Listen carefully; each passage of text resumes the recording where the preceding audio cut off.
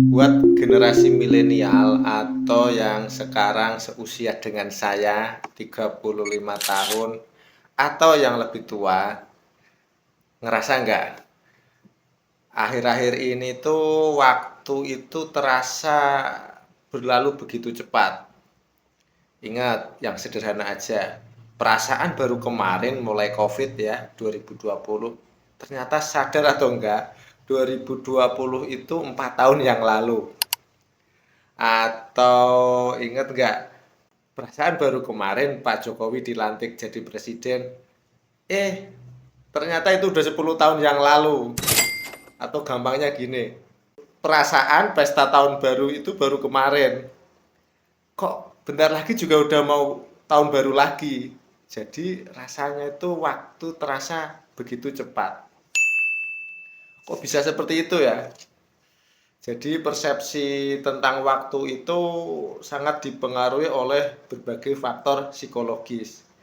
Kita bahas yang pertama, atau kita pikir-pikir tuh. Yang pertama tuh yang bikin kerasa waktu kok cepet banget gitu kan. Itu adalah rutinitas yang monoton. Jadi tiap hari itu kerjanya cuma kerja pulang tidur, kerja pulang tidur. Jadi otak itu tidak merekam hal-hal yang baru. Itu aja yang dikerjain. Dengan seperti itu, maka tidak ada apa tuh hal-hal baru yang terekam sama otak. Jadi yang kita lakukan itu ya di skip lah gitulah ibaratnya sama otak. Jadi waktu itu terasa begitu cepat, nggak ada variasinya. Terus kebiasaan digital. Kita kan kebiasaan ya main HP kayak gitu. Terus ya lihat-lihat media sosial itu juga bisa mempercepat waktu. Kita itu nggak kerasa, kayaknya baru tadi kita scroll-scroll IG gitu kan, lihat-lihat yang lucu-lucu atau ayo bapak-bapak lihat yang apa gitu kan.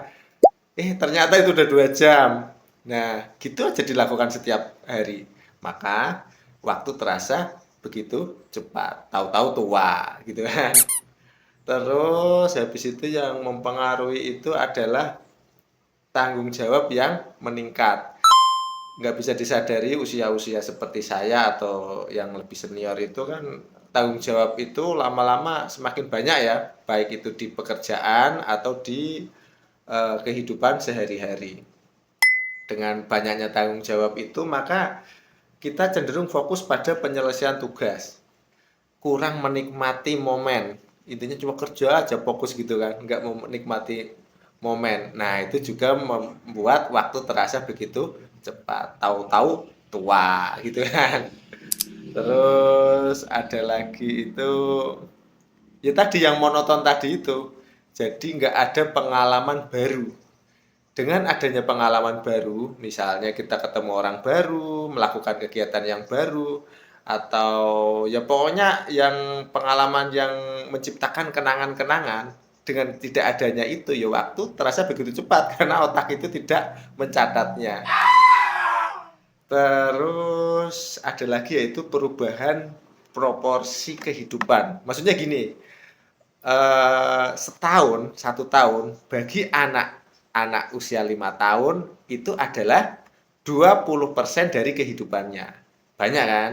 Tetapi bagi misalnya bapak-bapak yang udah usia 50 tahun, 1 tahun itu kan hanya 2% dari kehidupannya. Jadi ya memang karena seperti itu, maka semakin tua kita merasa waktu semakin cepat.